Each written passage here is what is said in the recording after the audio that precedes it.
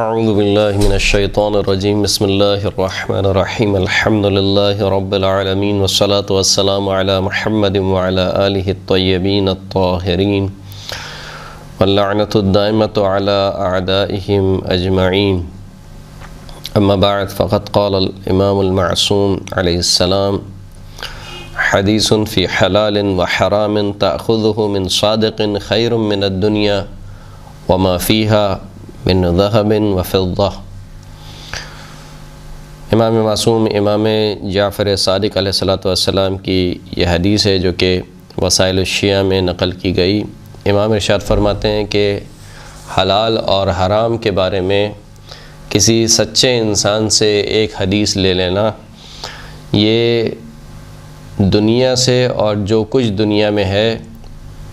سونے چاندی میں سے ان سب سے بہتر ہے۔ یعنی ایک حدیث جو کہ حلال و حرام کے بارے میں ہو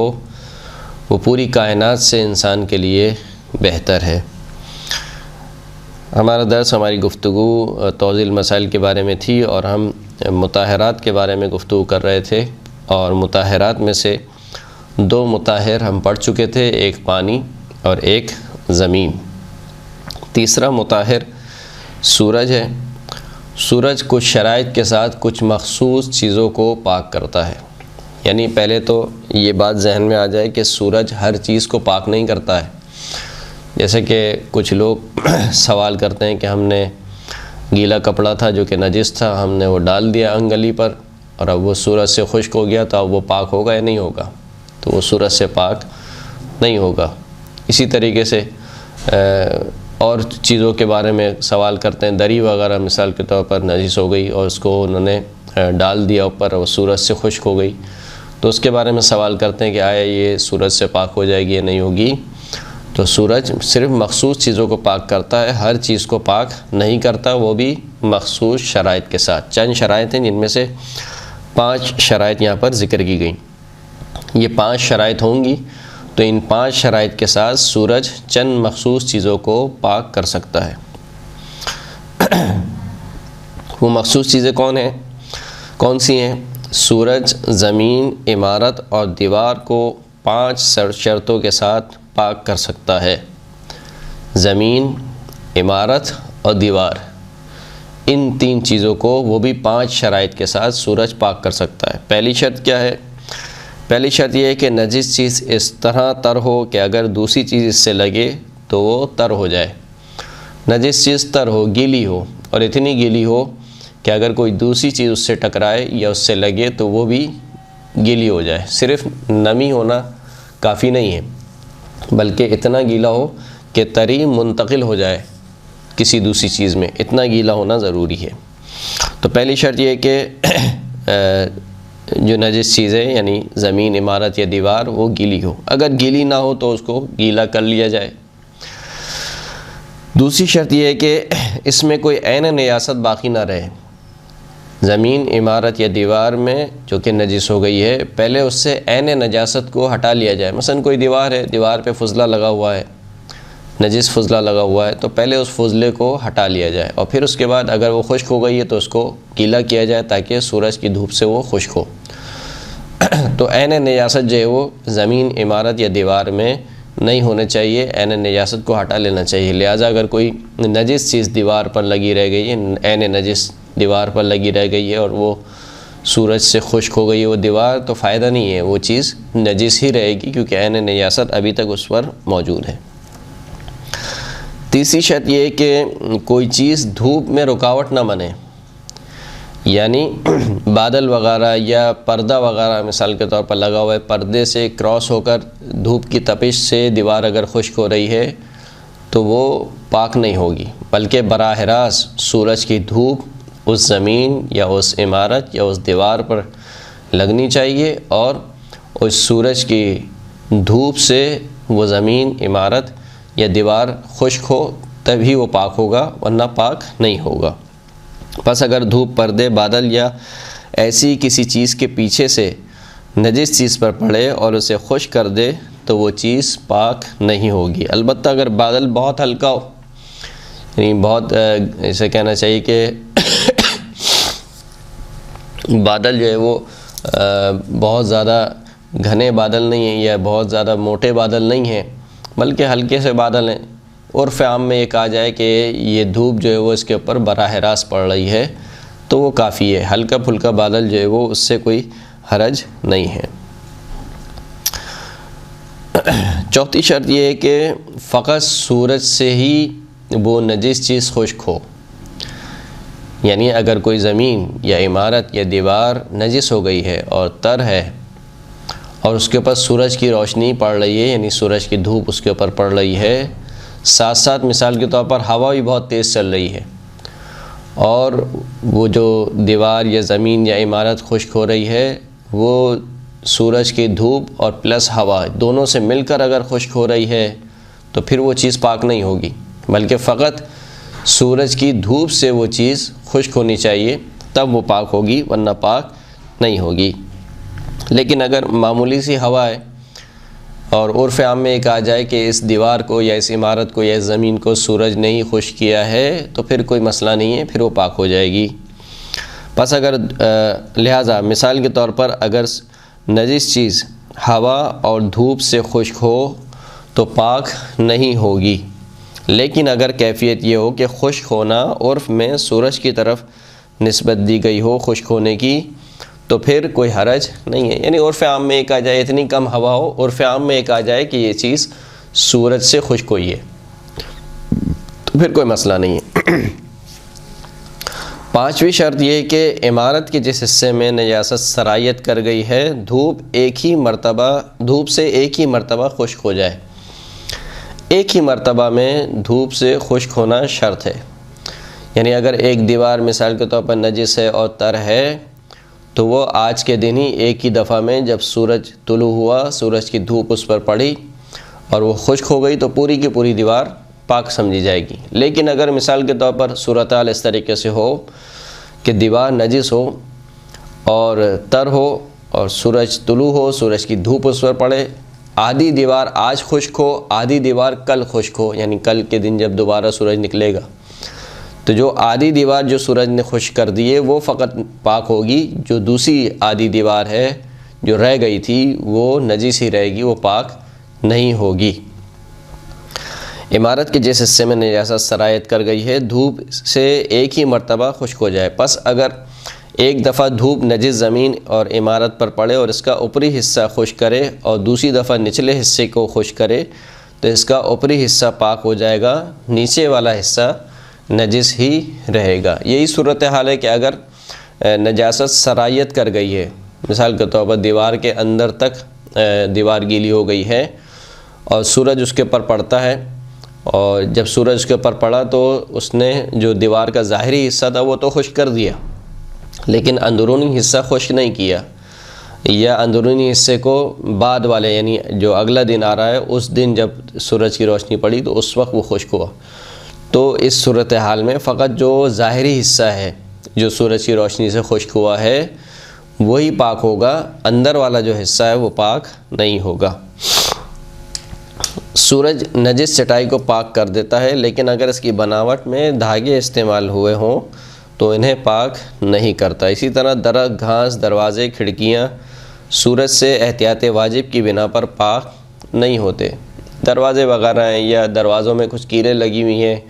یا پردے لٹکے ہوئے مثال کے طور پر دروازے میں یا خود دروازے، درست ہے،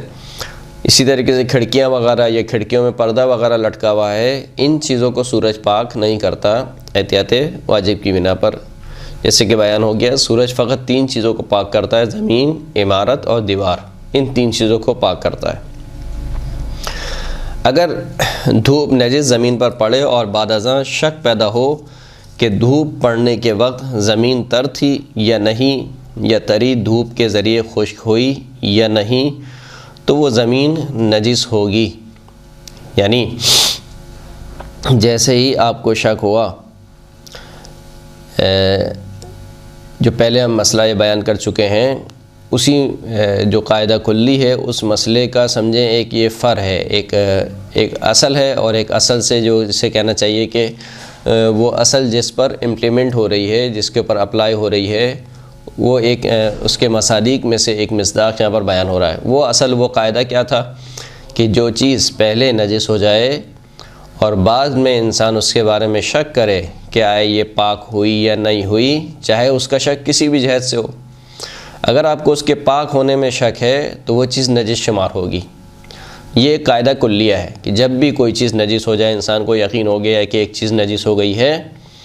اور پھر اس کے پاک ہونے میں انسان کو شک ہو، اب یہ شک کسی بھی جہت سے ہو، کسی بھی جہت سے ہو، کہ ان سے مراد ہے کہ مثال کے طور پر شک ہو کہ آیا جتنی مرتبہ دھونا تھا اتنی مرتبہ دھویا یا نہیں دھویا مثال کے طور پر، یا مثال کے طور پر سورج نے ایک دفعہ خشک کر لیا یا نہیں کیا، یا وہ چیز جو سورج سے پاک ہونے والی ہے وہ پہلے تر تھی یا تر نہیں تھی۔ تو اگر آپ کو شک ہو رہا ہے تو شک کی صورت میں جو چیز پہلے نجس تھی وہ اب بھی نجس ہی شمار ہوگی۔ لہذا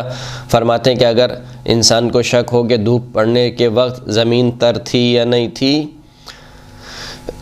تو وہ چیز نجس شمار ہوگی۔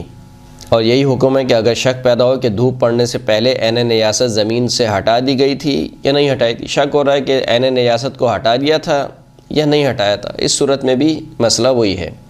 یعنی مسئلہ قاعدہ کلی وہی ہے کہ اگر انسان کو یقین ہو کہ ایک چیز نجس ہے اور بعد میں اس کو شک ہو کہ آیا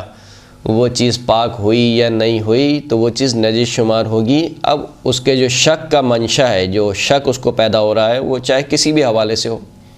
اس سے فرق نہیں پڑتا۔ تو لہٰذا اگر شک ہو کہ آیا زمین تر تھی یا نہیں تھی،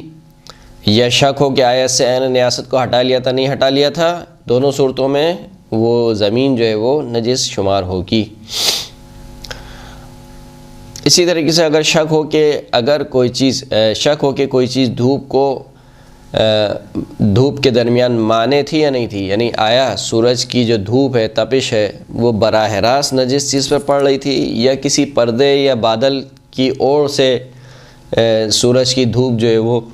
اس نجس چیز پر پڑ رہی تھی، تو اس صورت میں بھی کہتے ہیں احتیاط واجب کی بنا پر وہ چیز پاک شمار نہیں ہوگی۔ یعنی یہ جو شرائط آپ کو بیان کی گئی ہیں سورج سے پاک ہونے کی، اگر ان شرائط میں آپ کو شک ہو جائے تو پھر وہ چیز پاک شمار نہیں ہوگی۔ اگر دھوپ نجس دیوار کی ایک طرف پڑے اور اس کے ذریعے دیوار کی وہ جانب بھی خشک ہو جائے کہ جس پر دھوپ نہیں پڑی تو دیوار دونوں طرف سے پاک ہو جائے گی۔ یعنی ایک دیوار جو کہ جس کا ظاہری حصہ نجس ہوا تھا اور ظاہری حصے کے ساتھ ساتھ سرایت کر گئی تھی وہ نجاست یا وہ تری دیوار کے اندر، اور اتنی دھوپ پڑی، یعنی اتنی تیز اس کے اوپر دھوپ پڑی کہ اس دھوپ نے ظاہری حصے کے ساتھ ساتھ اس کے اندر والے حصے کو بھی خشک کر لیا، تو وہ دونوں حصے، ظاہری حصہ بھی اور اس کا اندر والا حصہ بھی، دونوں حصے پاک ہو جائیں گے۔ لیکن اگر ایک دن اس کے ظاہری حصے کو خشک کرے اور اگلے دن باطنی حصے کو خشک کرے تو صرف اس کا ظاہری حصہ خشک ہوگا، جیسے کہ ہم نے شرائط میں بیان کر دیا تھا کہ سورج جو ہے وہ ایک ہی دفعہ میں نجس چیز کو خشک کرے، اگر ایک دفعہ میں نہیں کرتا ہے بلکہ کئی دفعات میں کرتا ہے تو فائدہ نہیں ہے۔ ایک دفعہ میں جتنا حصہ خشک ہو گیا ہے بس اتنا ہی حصہ پاک ہوگا، باقی حصہ جو ہے وہ نجس ہی رہے گا، چاہے اگلی دفعہ اس کو سورج خشک کرے۔ یہاں تک مسئلہ ختم ہو گیا ہمارے تیسرے مطہر کا، جو کہ سورج تھا۔ چوتھا مطہر وہ ہے استحالہ۔ استحالہ یعنی ایک چیز کی حالت تبدیل ہو جانا، اور اس طریقے سے تبدیل ہو جانا کہ اب اس کو پہلی چیز شمار نہ کیا جائے۔ اگر کسی نجس چیز کی جنس یوں بدل جائے کہ ایک پاک چیز کی شکل اختیار کر لے تو وہ پاک ہو جاتی ہے، جنس کا تبدیل ہو جائے، اس طریقے سے تبدیل ہو جائے کہ وہ کسی پاک چیز میں تبدیل ہو جائے، یعنی اب اس کو وہ پہلی والی چیز شمار نہ کیا جائے بلکہ ایک نئی چیز، اس کو ایک نیا نام دیا جائے، تو اس صورت میں وہ چیز پاک ہو جاتی ہے۔ مثال کے طور پر نجس لکڑی جل کر راکھ ہو جائے، لکڑی ایک الگ چیز ہے، راکھ ایک الگ چیز ہے، دو الگ الگ چیزیں ہیں۔ لکڑی پہلے نجس تھی، اب آپ نے اس کو جلا دیا، جلانے کے بعد جب وہ راکھ بن گئی تو وہ پاک شمار ہوگی، جنس تبدیل ہو گئی۔ لیکن اگر جنس تبدیل نہ ہو، فقط ایک حالت سے دوسری حالت میں تبدیل ہو جائے، جنس وہی رہے، مثال کے طور پر گیہوں کو آپ نے پیس لیا تو پہلے وہ ثابت گیہوں تھا، اب وہ پسا ہوا گیہوں مثال کے طور پر آٹا بن گیا، یا آٹے کو آپ نے روٹی بنا لی تو ہے وہی گیہوں، فقط اس کی حالتیں تبدیل ہو رہی ہیں. پہلے وہ ثابت گیہوں تھا، پھر وہ پسا ہوا گیہوں بن گیا، پھر اس گیہوں کی روٹی بن گئی. حالت تبدیل ہو رہی ہے، جنس تبدیل نہیں ہو رہی ہے. ایسی صورت میں اگر وہ نجس ہے تو یہ تبدیلی اس کو پاک نہیں کرے گی. یعنی ایک اگر نجس گیہوں کو آپ نے پیس کر آٹا بنا لیا تو وہ آٹا پاک نہیں ہوگا، یا نجس آٹے سے آپ نے روٹی بنا لی تو وہ روٹی پاک نہیں ہوگی. اگر کسی نجس چیز کی جنس یوں بدل جائے کہ ایک پاک چیز کی شکل اختیار کر لے تو وہ پاک ہو جاتی ہے. مثال کے طور پر نجس لکڑی جل کر راکھ ہو جائے، یا کتا نمک کی کان میں گر کر نمک بن جائے تو یہ چیزیں کیا ہو جاتی ہیں؟ پاک ہو جاتی ہیں. لیکن اگر اس چیز کی جنس نہ بدلے، جنس نہیں بدلے، ایک حالت سے دوسری حالت میں تبدیل ہوا ہے، کچھ نہ کچھ تبدیلی آئی ہے لیکن جنس وہی ہے، مثلا گیہوں کا آٹا پیس لیا جائے یا نجس آٹے کی روٹی پکا لی جائے تو اس سے وہ پاک نہیں ہوتا. اسی طریقے سے مثال کے طور پر مٹی کا کوزہ، نجس مٹی تھا، آپ نے اس کو کوزہ بنا لیا، نجس مٹی سے کوزہ بنا لیا، صحیح ہے. اور اسی طریقے سے دوسری چیزیں آپ نے نجس مٹی سے مثال کے طور پر مٹکا بنا لیا، سرائی بنا لی، تو یہ ابھی بھی مٹی ہے، اس کو ابھی بھی مٹی کہیں گے، صحیح ہے. ایک اس کی حالت سرائی بننے سے پہلے یا مٹکا بننے سے پہلے کچھ اور تھی، حالت تبدیل ہوئی ہے لیکن جنس ابھی بھی وہی مٹی ہے. تو اگر آپ نے نجس مٹی سے کوزہ بنا لیا یا سراہی بنا لی یا مٹکا بنا لیا تو یہ اس کے پاک ہونے کا سبب نہیں بنے گا. کوئلہ، لکڑی جو کہ نجس لکڑی ہو، اس سے اگر کوئلہ بنا لیا جائے اور اب اس میں لکڑی کی کوئی خاصیت برقرار نہ رہے، یعنی اب اس کو لکڑی نہ کہا جائے، اب کہا جائے کہ یہ کوئلہ ہے. لکڑی ایک الگ چیز ہے، کوئلہ ایک الگ چیز ہے. اگر وہ کوئلہ اس طریقے سے بن گیا ہے کہ اب اس میں لکڑی کی کوئی خاصیت برقرار نہیں ہے، کوئی خاصیت باقی نہیں ہے، تو یہ بھی سبب بنے گا کہ وہ پاک ہو جائے. یعنی نجس لکڑی کو اگر کوئلہ بنا لیا جائے تو وہ پاک ہو جائے گا. وہ کوئلہ جو نجس لکڑی سے تیار کیا جائے، اگر اس میں لکڑی کی سابقہ حقیقت کی کوئی خاصیت باقی نہ رہے تو وہ پاک ہے. اور اگر نجس مٹی کو آگ میں پکا کر ٹائل یا اینٹ بنا لیا جائے تو احتیاط واجب کی بنا پر نجس ہے. نجس مٹی کو آپ نے پکایا، بھٹی والی مثال کے طور پر جو اینٹیں ہوتی ہیں اس کو اینٹ بنا لیا یا مٹی کو پکا کر آپ نے ٹائل بنا لیا تو یہ کہتے ہیں کہ احتیاط واجب کی بنا پر اس سے وہ چیز پاک، وہ مٹی پاک نہیں ہوگی. اگر نجس چیز جس کے متعلق علم نہ ہو کہ آیا اس کا استحالہ ہوا یا نہیں، یعنی اس کی جنس تبدیل ہوئی یا نہیں ہوئی، تو نجس رہے گی. وہی جو ایک قاعدہ کلیہ جو ہم نے بیان کیا شروع میں کہ اگر ایک چیز نجس ہے اور بعد میں اس کی نجاست کے زائل ہونے کے بارے میں انسان کو شک ہو رہا ہے کہ آیا پاک ہوئی یا نہیں ہوئی تو وہ چیز نجس شمار ہوگی. اسی قاعدہ کلی کو یہاں پر تطبیق کر رہے ہیں کہ اگر ایک چیز کی جس کے بارے میں آپ کو علم تھا کہ نجس ہے، اب شک ہو رہا ہے کہ پتہ نہیں استحالہ ہوا یا نہیں ہوا. یعنی ایک کتا مثال کے طور پر نمک کی کان میں گر گیا، لیکن شک ہو رہا ہے کہ پتہ نہیں یہ نمک بنا یا نہیں بنا، یہ لکڑی اتنی جلی کہ کوئلہ بنی یا نہیں بنی، راکھ بنی یا نہیں بنی، تو اس صورت میں وہ چیز نجس ہی شمار ہوگی، وہ چیز پاک نہیں ہوگی. یہ چوتھا مطہر تھا. پانچواں مطہر انقلاب ہے.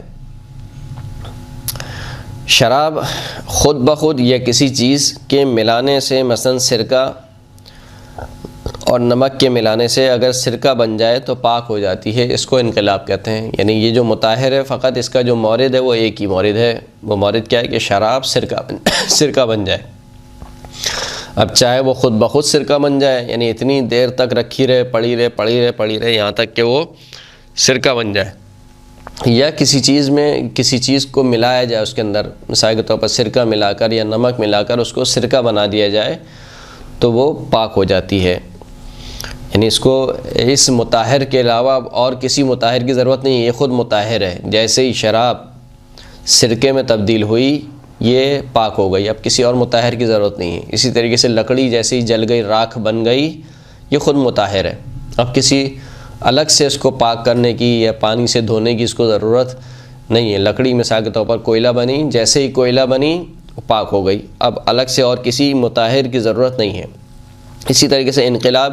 انقلاب یعنی شراب کا سرکہ بن جانا، ایک ہی مورد ہے اس کا. شراب جیسے ہی سرکہ بن گئی، چاہے وہ خود بخود سرکہ بنے یا کسی چیز کے ملانے سے سرکہ بنے،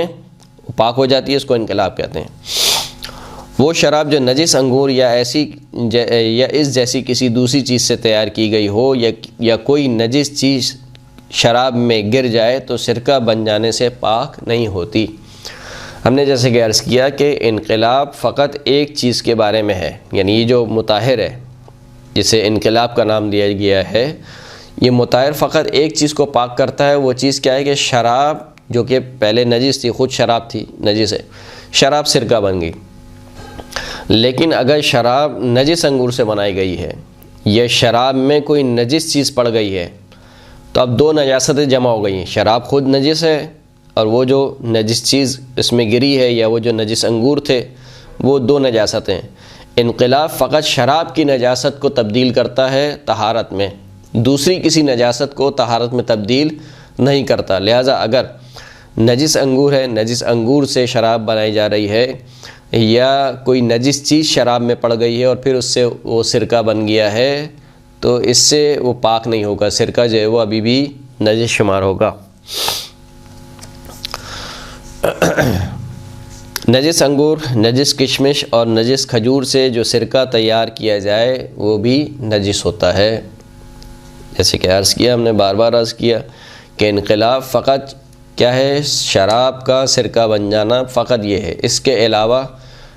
کوئی چیز انقلاب شمار نہیں ہوتی، نہ ہی انقلاب کسی دوسرے مورد میں مطہر ہے۔ اگر انگور کے رس میں آگ پر رکھنے سے یا خود بخود ابال آ جائے، انگور کا رس کو آپ نے آگ پر رکھ دیا یا خود بخود اس کے اندر ابال آ گیا، جیسے ہی اس میں ابال آیا اس کا پینا حرام ہے، نجس نہیں ہے، یہ نجس نہیں ہے لیکن اس کا پینا حرام ہے۔ اب جب ابال آنے کے بعد اس کو اتنا ابال آیا کہ اس کے 2/3 حصے ختم ہو گئے اور 1/3 حصہ باقی رہ گیا، تو اس صورت میں اس کا پینا بھی حلال ہو جائے گا۔ انگور کا رس جس کو خود بخود ابال آ گیا یا آگ پر رکھنے کی وجہ سے ابال آ گیا، جیسے ہی اس کے اندر ابال آیا اس کو پینا حرام ہے، نجس نہیں ہے۔ لیکن اگر اتنا ابال آ جائے کہ اس کا 2/3 کم ہو جائے، 1/3 اس کا حصہ باقی رہ جائے، تو اس صورت میں اس کا پینا بھی حلال ہو جائے گا۔ لیکن اگر یہ بات ثابت ہو جائے کہ جیسے ہی انگور کے رس میں ابال آتا ہے وہ نشہ آور ہو جاتا ہے، یعنی دوسرے لفظوں میں کہا جائے کہ وہ شراب بن جاتی ہے، یعنی جیسے ہی انگور کے رس میں ابال آیا گویا وہ شراب بن گئی، یعنی نشہ آور ہو گئی۔ تو اگر یہ بات ثابت ہو جائے کہ ہاں انگور کے رس میں ابال آنے سے وہ نشہ آور ہو جاتا ہے، تو اس صورت میں وہ فقط اسی وقت پاک ہوگا اور اس کا پینا حلال ہوگا جب یہ سرکہ بنے، یعنی پھر 2/3 کی شرط نہیں ہے۔ اگر یہ بات ثابت ہو گئی کہ انگور کے رس میں ابال آنے سے نشہ آ جاتا ہے اس کے اندر، تو پھر اس صورت میں یہ تبھی پاک ہوگا جب یہ سرکہ بنے۔ سرکہ بننے سے پہلے نہ یہ پاک ہے اور نہ ہی اس کا جو ہے وہ پینا حلال ہے۔ سرکہ بننے کی صورت میں حلال ہوگا۔ مثلا مدرس میں گزر چکا ہے کہ انگور کا رس ابال آ جانے سے نجس نہیں ہوتا مگر یہ کہ شراب بن جائے، یعنی انگور کے رس میں محض اگر ابال آ گیا تو یہ نجس نہیں ہوتا۔ نجس کب ہوتا ہے؟ جب یہ شراب بن جائے، جب اس میں نشہ آ جائے، اس وقت یہ نجس بھی ہے، اس کا پینا بھی حرام ہے۔ اور اس صورت میں یہ پاک فقط تبھی ہوگا تب یہ سرکہ بن جائے۔ جب تک سرکہ نہیں بنے گا، چاہے اس کے 2/3 سے کم، 2/3 سے زیادہ، جتنا بھی کم ہو جائے، جب تک یہ سرکہ نہیں بنے گا یہ نہ پاک ہوگا نہ اس کا پینا حلال ہوگا، اگر یہ نشہ آور ہونا ثابت ہو جائے۔ لیکن اگر ثابت نہ ہو کہ اس میں نشہ ہوتا ہے تو پھر وہ پہلی تفصیل آئے گی۔ پہلی تفصیل کیا ہے کہ جیسے ہی ابال آیا اس کا پینا حرام ہو گیا، نجس نہیں ہے، پینا حرام ہو گیا۔ لیکن جب 2/3 کم ہو گئے تو پھر اس کا پینا بھی کیا ہو جائے گا؟ حلال ہو جائے گا۔ اس صورت میں سرکہ بننا ضروری نہیں ہے۔ خوب، یہ جو مسئلہ بیان ہوا تمام تفصیل کے ساتھ، یہ مسئلہ پکے انگور کے بارے میں تھا، کچے انگور کے بارے میں یہ مسئلہ نہیں ہے۔ لہذا کچے انگور میں اگر ابال بھی آ جاتا ہے تو اس کا پینا بھی جائز ہے اور وہ نجس بھی نہیں ہے۔ اگر انگور کا رس کا 2/3 بغیر جوش میں آئے کم ہو جائے اور جو باقی بچے اس میں جوش آ جائے تو اگر لوگ اسے انگور کا رس کہیں نہ کہ شیرہ تو احتیاط لازم کی بنا پر حرام ہے۔ انگور کا رس رکھے بغیر ابال آئے، بغیر جوش آئے اس کے اندر 2/3 کم ہو گیا، اب جو 1/3 رہ گیا ہے اس کے اندر اس میں ابال آ گیا،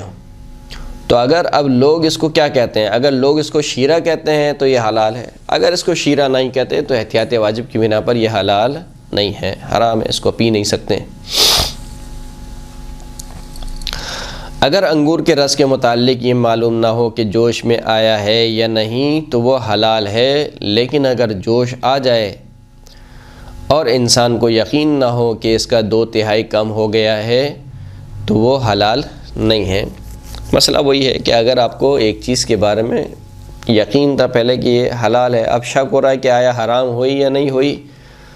تو اسی اپنے یقین پر باقی رہیں گے۔ جو نجاست کے بارے میں تھا کہ پہلے ایک چیز نجس ہو گئی ہے، اب آپ کو شک ہو رہا ہے کہ آیا پاک ہوئی یا نہیں ہوئی، یا پہلے ایک چیز پاک ہو چکی ہے اب یعنی پاک ہے، آپ کو شک ہو رہا ہے کہ نجس ہوئی یا نہیں ہوئی، تو جو آپ کو یقین ہے آپ اسی یقین پر باقی رہیں گے۔ اگر نجاست کے بارے میں یقین تھا تو نجاست پر باقی رہیں گے، پاک ہونے کے بارے میں یقین تھا تو پاک ہونے پر باقی رہیں گے۔ اسی طریقے سے حلال و حرام، انگور کھانا حلال ہے،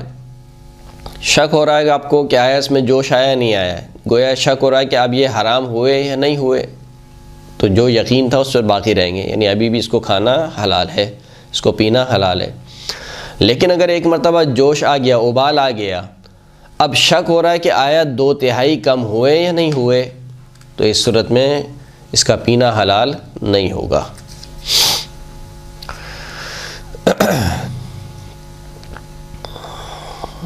اگر انگور کا ایک دانہ کسی ایسی چیز میں گر جائے جو آگ پر جوش کھا رہی ہو، ایک دانہ گر جائے، مثلا دودھ وغیرہ میں آپ کھیر وغیرہ بنا رہے ہیں یا کوئی بھی اور دوسری چیز بنا رہے ہیں، کھانا بنا رہے ہیں، اس میں جو ہے وہ انگور کا دانہ گر گیا ہے۔ اچھا، یہ مسئلہ فقط مختص ہے انگور کے ساتھ، اس میں کشمش شامل نہیں ہے۔ اگر آپ کشمش ڈالتے ہیں کسی کھانے میں اور اس کو جوش آ جاتا ہے یا کشمش میں جوش آ جاتا ہے، اس کا یہ مسئلہ نہیں ہے، فقط انگور کا مسئلہ ہے، نہ کچے انگور کا مسئلہ ہے نہ کشمش کا مسئلہ ہے، پکے ہوئے انگور کا مسئلہ ہے، جس کو انگور کہا جائے وہ بھی پکا ہوا انگور، اس کا مسئلہ یہ ہے۔ تو فرماتے ہیں کہ اگر کسی کھانے میں مثال کے طور پر جو چیز آگ پر جوش کھا رہی ہے اس میں جو ہے وہ ایک دانہ گر گیا انگور کا اور اس کو بھی جوش آ گیا، تو فقط اس دانے کو کھانا حرام ہے، اس لیے کہ جیسے کہ ہم نے عرض کیا پہلے بھی کہ اگر انگور کے رس میں ابال آ جائے تو فقط اس کا کھانا حرام ہے، یہ خود پاک ہے، خود پاک ہے۔ تو اگر ایک دانے گرا اور اس کو جوش آ گیا، ابال آ گیا اس کو، تو صحیح ہے، فقط انگور جو ہے وہ اس کو کھانا حرام ہے، لیکن وہ نجس تو نہیں ہے، اس نے نجس نہیں کیا، نہ وہ خود نجس ہے نہ اس نے کسی دوسرے کھانے کو نجس کیا، تو کھانا پاک رہے گا، فقط اس دانے کو کھانا جو ہے وہ حرام ہوگا۔ یہ بھی اس صورت میں ہے کہ اگر وہ مخلوط نہ ہوا ہو، اگر وہ کھانے میں گر کر مخلوط ہو گیا، یعنی اب پتہ ہی نہیں چل رہا ہے کہ اس میں کوئی انگور بھی ہے یا نہیں ہے، یعنی ایک بہت بڑے دیگ میں مثال کے طور پر، یا بہت بڑی بھی نہ ہو، بہرحال ایک معتدن بے جسے کہا جائے، 1 کلو 2 کلو دودھ میں اگر ایک انگور کا دانہ گر گیا اور اس کے اندر مخلوط ہو گیا، اب پتہ ہی نہیں چل رہا ہے اس کے اندر کہ انگور ہے یا نہیں ہے، اسے فقہی اصطلاح میں استہلاک کہا جاتا ہے۔ استہلاک کا مطلب یہ ہوتا ہے کہ ایک چیز کا دوسری چیز میں اس طریقے سے ضم ہو جانا کہ اب آپ عرفی نگاہ سے تفکیک نہیں کر سکتے، جدا جدا نہیں کر سکتے۔ مثال کے طور پر خون اگر نکل آئے، دانتوں سے خون نکل آیا آپ کے منہ میں، تو خون جب تک منہ میں ہے وہ پاک ہے، کیونکہ نجاست، خون کی جو نجاست ہے جب تک ہمارے جسم میں وہ دوڑ رہا ہے اس وقت تک پاک ہے، خون جب جسم سے باہر نکلے گا اس وقت نجس ہوگا، تو جب تک وہ منہ میں خون ہے، وہ خون ہے تو پاک، لیکن اس کو کھانا حلال نہیں ہے، حرام ہے۔ لیکن اگر وہ خون جو کہ دانتوں سے نکلا ہے وہ تھوک کے ساتھ اس طریقے سے مل جائے کہ اس میں ختم ہو جائے، استہلاک ہو جائے اس کا، اب اس کو تھوک کہا جائے، خون نہ کہا جائے، تو پھر اس صورت میں آپ اس تھوک کو نگل سکتے ہیں۔ لیکن اگر اتنا خون ہے کہ نہیں، یا ابھی استہلاک نہیں ہوا ہے، خون اور تھوک باقاعدہ الگ الگ دکھ رہا ہے آپ کو آنکھوں سے، تو اس کا مطلب استہلاک نہیں ہوا ہے۔ اب استہلاک نہیں ہوا تو ابھی آپ اس کو نگل نہیں سکتے ہیں، کہ خون کو کھانا یا خون کو نگلنا حرام ہے، لیکن جیسے استہلاک ہوا وہ پاک چیز میں مل گیا اور ختم ہو گیا، اب عرفی نگاہ سے اس کو اگر دیکھا جائے تو کہا جائے گا کہ نہیں اس میں فقط تھوک ہے، تو اس صورت میں آپ اس کو نگل سکتے ہیں۔ یہ جو استہلاک ہے وہی یہاں پر ہے۔ اگر وہ انگور کا دانہ گرا اور گر کے کھانے کے ساتھ اس طریقے سے مل گیا کہ اب پتہ ہی نہیں چل رہا کہ اس میں کوئی انگور گرا بھی تھا یا نہیں گرا تھا، تب تو کوئی مسئلہ نہیں ہے، پورا کھانا کھا سکتے ہیں۔ لیکن اگر باقاعدہ نظر آ رہا ہے آپ کو وہ ایک انگور کا دانہ گرا ہوا، تو فقط اس انگور کو کھانا جو ہے وہ احتیاط لازم کی بنا پر حرام ہوگا، پورا کھانا حرام نہیں ہوگا۔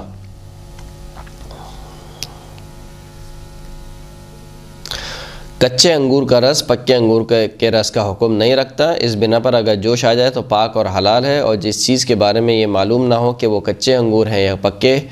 اگر اس میں جوش آ جائے تب بھی حلال ہے۔ جیسے کہ ہم نے عرض کر دیا کہ یہ مسئلہ پورا پکے انگور کے بارے میں ہے، کچے انگور کے بارے میں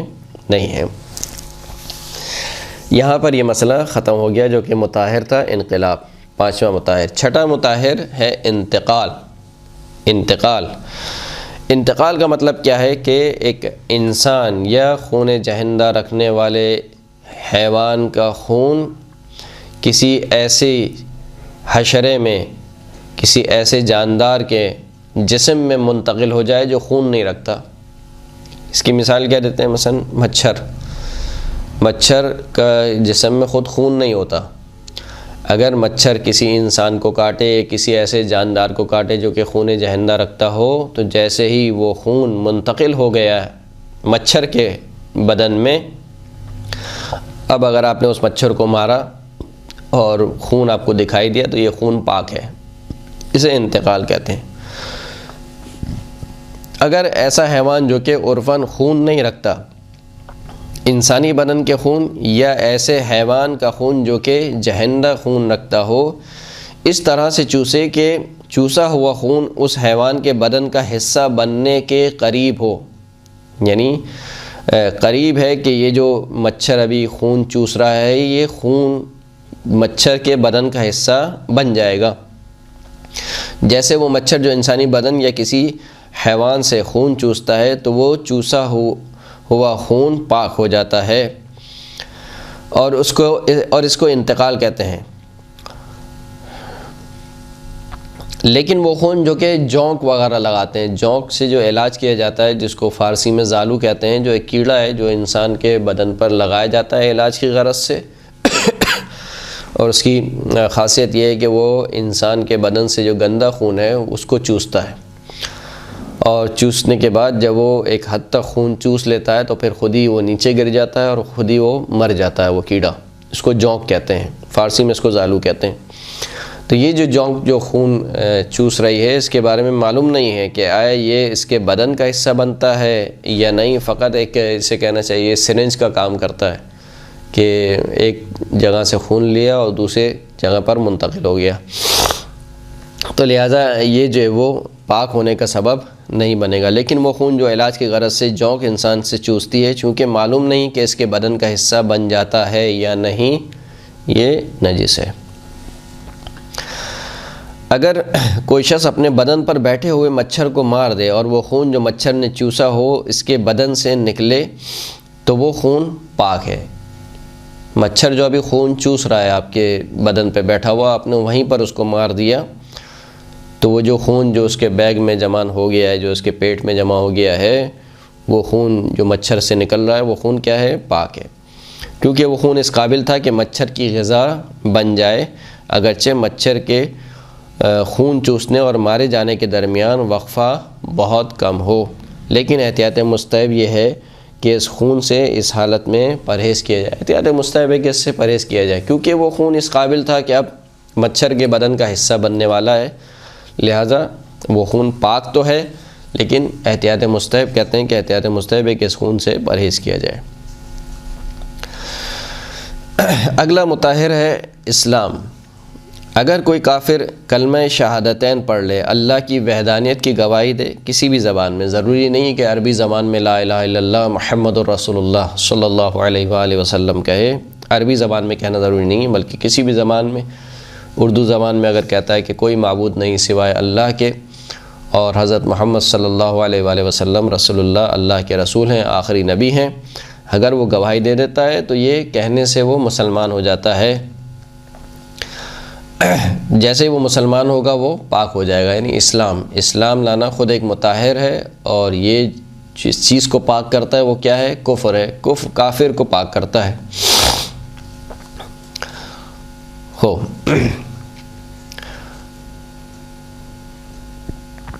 اگرچہ کہ وہ مسلمان ہونے سے پہلے احتیاط واجب کی بنا پر نجس کے حکم میں تھا، یعنی اگر وہ احتیاط واجب کی بنا پر اسلام لانے سے پہلے کلمہ شہادتین پڑھنے سے پہلے نجس کے حکم میں تھا، نجاست کے حکم میں تھا، جیسے وہ کلمہ شہادتین پڑھے گا وہ پاک ہو جائے گا۔ لیکن مسلمان ہو جانے کے بعد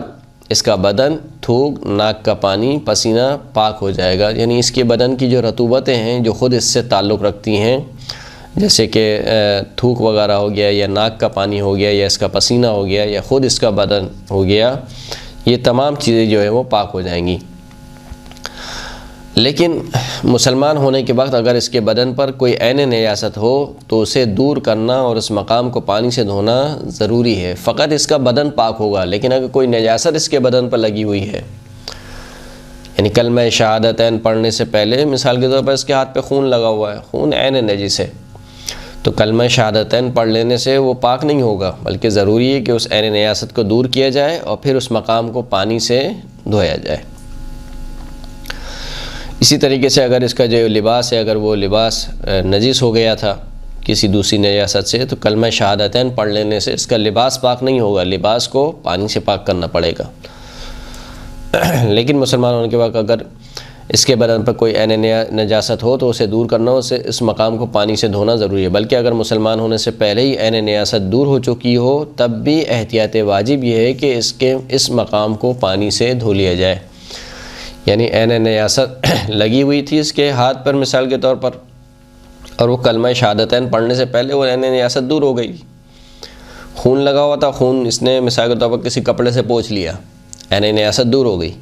تب بھی کہتے ہیں کہ احتیاط واجب یہ ہے کہ فقط کلمہ شہادتین کہنے پر اکتفا نہ کرے بلکہ اس مقام کو پانی سے دھوئے۔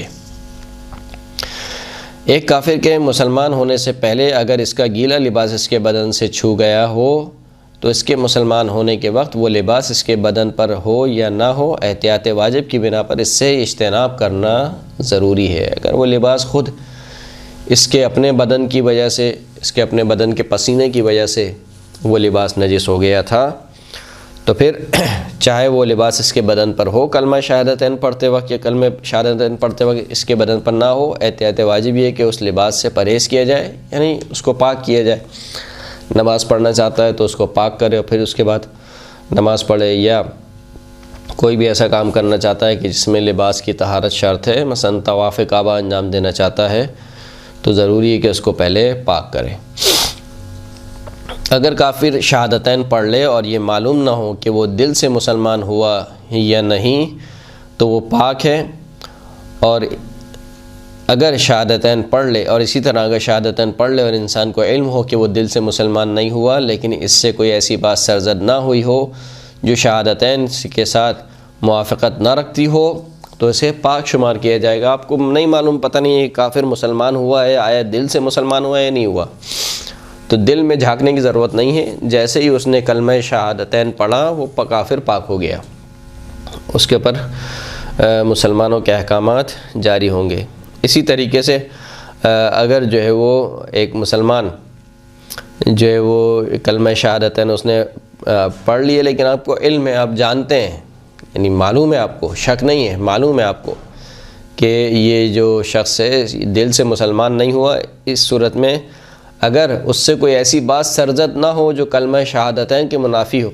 مثال کے طور پر آپ نے دیکھا کہ ایک ہندو ہے، اس نے کلمہ شہادتین پڑھا اور آپ جانتے ہیں کہ دل سے مسلمان نہیں ہوا، علم ہے آپ کو، اور پھر آپ نے دیکھا کہ مثال کے طور پر وہ اگلے دن مندر پہنچ گیا اور مندر میں مثال کے طور پر بدھ کے سامنے سر ٹیک رہا ہے یا وہی عبادت انجام دے رہا ہے، یا مثال کے طور پر جو عیسائی ہے وہ کسی چرچ میں چلا گیا یا جو صلیب وغیرہ وہ لٹکا رہا ہے، یعنی کوئی ایسی بات جو کہ کلمہ شہادتین سے اگر منافات رکھتی ہو، وہ اس سے سرزد ہو، تب تو وہ کافر شمار ہوگا۔ لیکن اگر کوئی ایسی بات اس سے سرزد نہیں ہوئی، معلوم ہے آپ کو کہ دل سے مسلمان نہیں ہوا، لیکن آپ نے یہ بھی دیکھا کہ اس سے کوئی ایسی بات سرزد نہیں ہوئی کہ جو کلمہ شہادتین سے منافات رکھتی ہو، تو اس صورت میں بھی وہ پاک ہے، وہ نجس نہیں ہوگا۔ 8واں جو مطہر ہے وہ طبیعت ہے۔ طبیعت کا مطلب یہ ہوتا ہے کہ ایک چیز کے پاک ہو جانے کے ساتھ کسی دوسری چیز کا بھی خود بخود پاک ہو جانا، اس کو طبیعت کہتے ہیں۔ مثال کے طور پر آپ کے ہاتھ نجس تھے، آپ کا کپڑا جو آپ دھو رہے تھے وہ بھی نجس تھے، آپ نے کپڑے کو دھویا تو جیسے ہی کپڑا پاک ہوگا آپ کے ہاتھ بھی خود بخود پاک ہو جائیں گے، الگ سے ہاتھوں کو پاک کرنا ضروری نہیں ہے۔ یا واشنگ مشین میں آپ نجس کپڑے دھو رہے ہیں تو جیسے ہی کپڑے پاک ہوں گے، خود واشنگ مشین کا ٹب، واشنگ مشین کا اندرونی دروازہ، یہ سب خود بخود پاک ہو جائیں گے، الگ سے ان کو پاک کرنے کی ضرورت نہیں ہے۔ طبیعت کا مطلب یہ ہے کہ کوئی نجس چیز کسی دوسری چیز کے پاک ہونے کی وجہ سے پاک ہو جائے، اسے طبیعت کہتے ہیں۔ یعنی طبیعت کا مطلب ہوتا ہے کہ دوسرے کے تابع ہو، یعنی ایک چیز کے نجس ہونے کے ساتھ ساتھ دوسرے کے تابع ہونے کی وجہ سے وہ چیز بھی پاک ہو جائے۔ بس اگر شراب سرکہ بن جائے تو اس کا جو برتن ہے اس جگہ تک پاک ہو جاتا ہے جہاں تک شراب نے جوش کھایا ہے۔ یعنی شراب اگر سرکہ بن جائے تو ہم نے کہا کہ سرکہ پاک ہے، وہ شراب کو بھی پاک کر دیتا ہے، انقلاب ہو گیا یہاں پر۔ لیکن وہ برتن جس میں شراب رکھی ہوئی تھی، آیا وہ پاک ہوا یا نہیں ہوا؟ تو وہ بھی جہاں تک شراب جوش کھا کر گئی ہے وہاں تک وہ برتن کیا ہوگا؟ پاک ہو جائے گا۔ اسی طریقے سے وہ کپڑا یا وہ برتن کے اوپر ڈھکنا وغیرہ جس سے شراب کو ڈھاکا جاتا ہے وہ بھی کیا ہے؟ پاک ہو جائے گا۔ سرکہ بنتے ہی وہ چیزیں بھی پاک ہو جائیں گی۔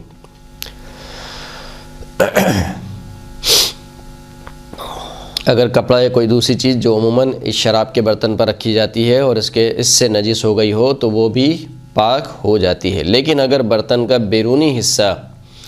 اس کے جوش آنے کی وجہ سے اس شراب سے آلودہ ہو جائے تو احتیاط واجب کی بنا پر بذریعہ طبیعت پاک نہیں ہوگا۔ اگر برتن کا بیرونی حصہ، باہر والا حصہ شراب سے نجس ہو گیا، یعنی شراب جوش کھا رہی تھی، اس میں جوش آ رہا تھا، ابال آ رہا تھا، اس کے چھینٹے جو ہے وہ مثال کے طور پر برتن کے باہر والے حصے پہ لگ گئے، تو اب سرکہ بن جانے سے برتن کا باہر والا حصہ احتیاط واجب کی بنا پر پاک نہیں ہوگا، بذریعہ طبیعت پاک نہیں ہوگا۔ کافر کا بچہ بذریعہ طبیعت دو صورتوں میں پاک ہو جاتا ہے۔ کافر کا بچہ اگر اس کا باپ، ماں یا دادا یا دادی ان میں سے کوئی ایک بھی ایمان لے آئے، مسلمان ہو جائے، تو ان کی طبیعت میں وہ بھی پاک ہو جاتا ہے۔ یعنی جیسے ہی باپ پاک ہوگا بچہ بھی خود بخود پاک ہو جائے گا، لیکن شرط یہ ہے کہ وہ بچہ اس نو مسلم کی زیر سرپرستی رہے۔ یعنی مثال کے طور پر اگر باپ دادا میں سے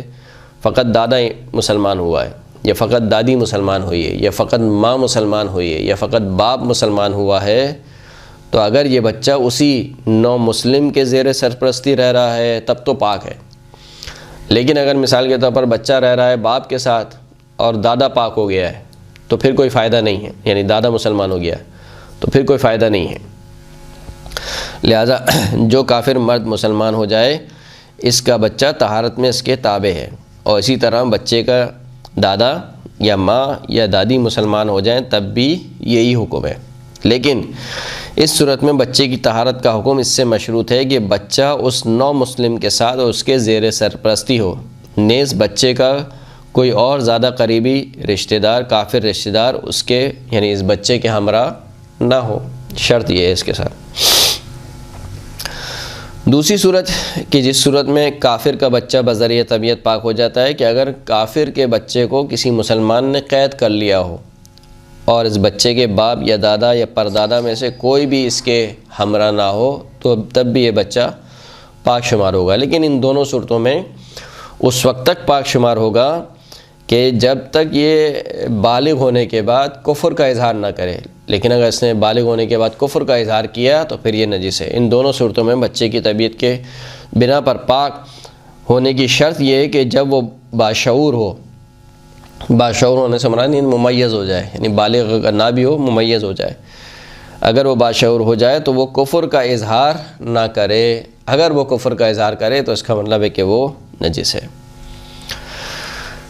وہ تختہ یا سل جس پر میت کو غسل دیا جاتا ہے، اور وہ کپڑا جس سے میت کی شرمگاہ ڈھانپی جاتی ہے، نیز غسال کے ہاتھ، یہ تمام چیزیں اتنی مقدار میں جو عام طور پر غسل کے موقع پر میت اور اس پانی سے جو اس میں ڈالا جاتا ہے اس سے ملی ہوئی ہوتی ہیں، غسل مکمل ہونے کے بعد پاک ہو جاتی ہیں۔ جیسے ہی میت کو 3 غسل مکمل ہو گئے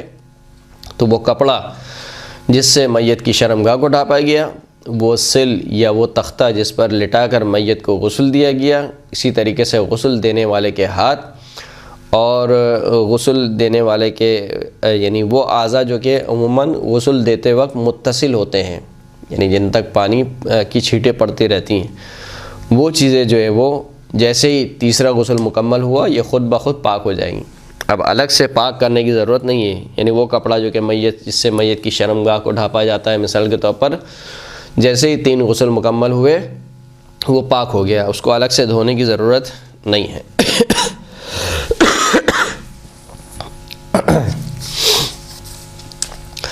لیکن غسال کا لباس اور بدن اور بقیہ غسل دینے کی چیزیں احتیاط واجب کی بنا پر بذریعہ طبیعت پاک نہیں ہوتی۔ غسال کا لباس ہے مثال کے طور پر، یا غسل دے رہا تھا، غسل دیتے ہوئے مثال کے طور پر چہرے پہ چھینٹیں آ گئیں یا کمر پہ چھینٹیں آ گئیں، یعنی دوسرا بدن جو عام طور پر ملا ہوا نہیں ہوتا ہے، یا دوسری چیزیں مثال کے طور پر وہ ڈونگا وغیرہ اگر جس سے پانی ڈالا جا رہا ہے اگر وہ نجس ہو گیا ہے تو یہ چیزیں جو ہے وہ بذریعہ طبیعت پاک نہیں ہوتی، یعنی ان کو الگ سے پاک کرنا ہوگا۔ اگر کوئی شخص کسی چیز کو پانی سے دھوئے تو اس چیز کے پاک ہونے پر اس شخص کا وہ ہاتھ بھی پاک ہو جاتا ہے جو اس چیز کے ساتھ دھل گیا ہے۔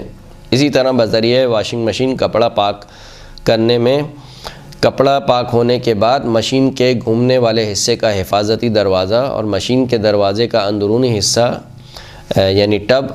بھی کہ جو عرفاً دھونے کے آلات میں شمار ہوتے ہیں بذریعہ طبیعت خود بخود پاک ہو جاتے ہیں۔ اسے ہم نے عرض کیا کہ جیسے ہی وہ کپڑے پاک ہوں گے اس کے ساتھ ساتھ مشین کا ٹب، مشین کا جو اندرونی حصہ ہے دروازے کا، وہ یہ تمام چیزیں خود بخود پاک ہو جائیں گی، ان کو دوبارہ سے پاک کرنا ضروری نہیں ہے۔ اگر کسی لباس وغیرہ کو کوئی قلیل پانی سے دھویا جائے اور اس کو نچوڑ دیا جائے اور جتنا پانی عام طور پر نکلتا ہے وہ پانی نکل گیا، تھوڑا بہت پانی ظاہر سی باتیں رہ جاتا ہے، تو جو تھوڑا بہت پانی رہ گیا ہے وہ پاک ہے، اس کو دوبارہ سے یعنی ایسا نچوڑنا ضروری نہیں ہے کہ بالکل اس میں پانی ہی باقی نہ رہے، اتنا نچوڑنا ضروری نہیں ہے، بلکہ عرف میں جتنا ایک کپڑے کو نچوڑا جاتا ہے اور عرف عام میں جتنا ایک پانی نکلنا چاہیے، اگر اتنا ایک پانی نکل گیا کسی کپڑے سے تو باقی جو پانی اس میں رہ گیا ہے وہ پاک ہے۔ اسی طریقے سے برتن کو اگر قلیل پانی سے آپ نے دھویا ہے تو جو معمولی سا پانی برتن میں رہ جاتا ہے، برتن کی تہہ میں رہ جاتا ہے، اس سے کوئی حرج نہیں ہے، وہ پاک ہے۔ جب نجس برتن کو قلیل پانی سے دھویا جائے تو جو پانی برتن کو پاک کرنے کے لیے اس پر ڈالا جائے، اس کے بہہ جانے کے بعد جو معمولی پانی اس میں باقی رہ جاتا ہے وہ بھی کیا ہے؟ پاک ہے۔ وآخر الدعوانا ان الحمد للہ رب العالمین۔